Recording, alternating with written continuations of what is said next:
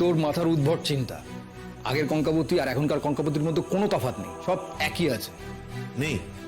নেই, উল্টে তোর মধ্যে বদল এসেছে। আমার মধ্যে বদল? তুই বল আমাকে, কি বদল দেখছিস আমার ভেতর? দেখ, ব্যাপারটা খুব সোজা।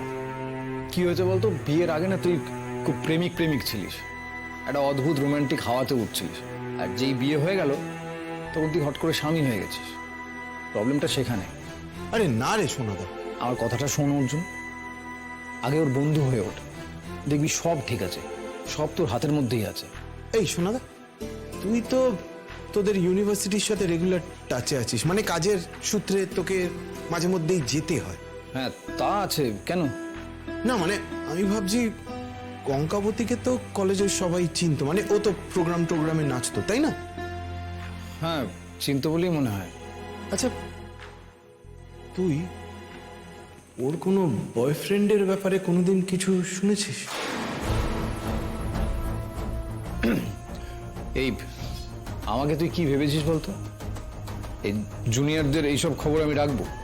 একই এখন জুনিয়ররা সিনিয়রদের পাত্তা দেয় না, তারপর আবার যদি জানতে পারে না যে আমি এইসব খবর রাখছি, তাহলে আর দেখতে হবে না।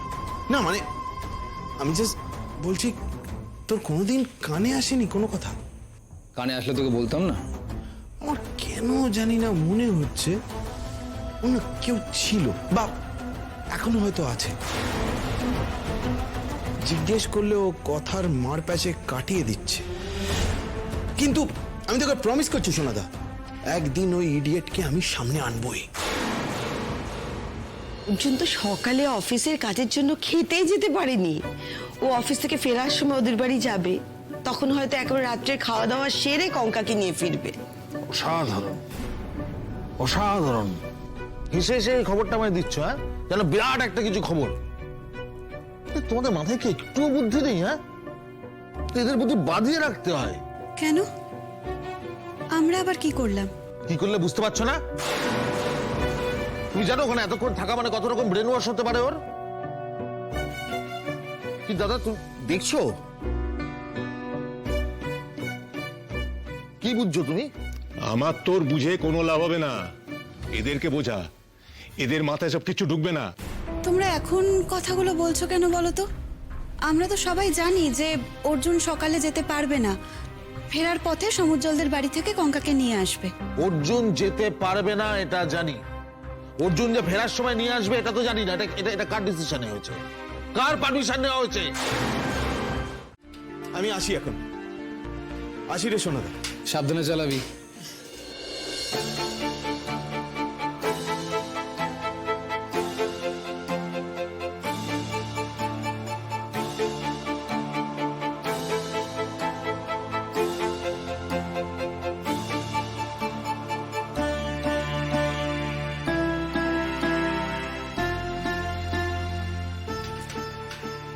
মেয়েটা বড় ভালো রে, দুটো ভালো কথা বললেই কেমন কেঁদে ফেললো, বড্ড মায়ায় জড়িয়ে নিয়েছে রে। আচ্ছা, এবার তুমি কবে এবার মাকে স্বস্তি দেবে? কেন, তোমার আবার কি হলো? বাহ, ছোট ভাই বিয়ে করে ফেললো, এবার তার সোনাদা কবে বিয়ে করবে শুনি? দাঁড়াও, আগে এই ভাঙাচোরা নৌকোটাকে একটু সামলাই। এখন এই অবস্থায় লোক তুললে আমরা সবাই একসাথে ডুবে মরবো। দেখে চলো।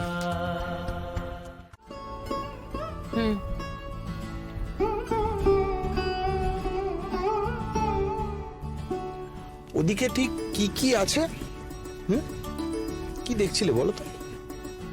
এই যে রাস্তা পেছনের দিকে ছুটে যায়, এটা আমার দেখতে ভালো লাগে। রাস্তা কখনো পিছনের দিকে ছুটে যায় না, স্টুপিড আইডিয়া।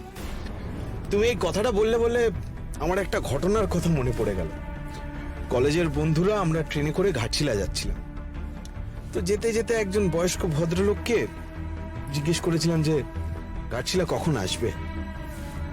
ভদ্রলোক ঘুরে তাকিয়ে আমাদের দিকে কি উত্তর দিয়েছিল জান? বলেছিল ঘাটশিলা আসবে না, এই ট্রেনটা ঘাটশিলা যাবে। রাস্তা যে পেছনের দিকে ছোটে না সেটা আমিও জানি অর্জুন, আমার এভাবে ভাবতে ভালো লাগে। তা কি করলে সারাদিন? কাকিমা আর ঠাম্মির সাথে গল্প করলে? তা সবকিছু ঠিকঠাক মতো ঢেলে দিয়েছো তো? না মানে এই দুদিন তোমার উপরে কি কি ফোর্স করা হয়েছে সব বলে দিয়েছো তো? কি হলো, তোমায় কিছু জিজ্ঞেস করছি তো, উত্তর দাও। আমি কি গল্প করেছি, কি বলেছি জানার যদি এতই কিউরিয়াসিটি থাকতো তাহলে তুমি থেকে যেতে পারতে, বা যদি চলে যাওয়ার ছিলই তাহলে একটা মাইক্রোফোন জাতীয় কিছু একটা রেখে দিতে পারতে, সবটা শুনতে পেতে। ইনফ্যাক্ট ভিডিও ক্যামেরাও রেখে দিতে পারতে, তাহলে সবটা দেখতে পেয়ে যেতে।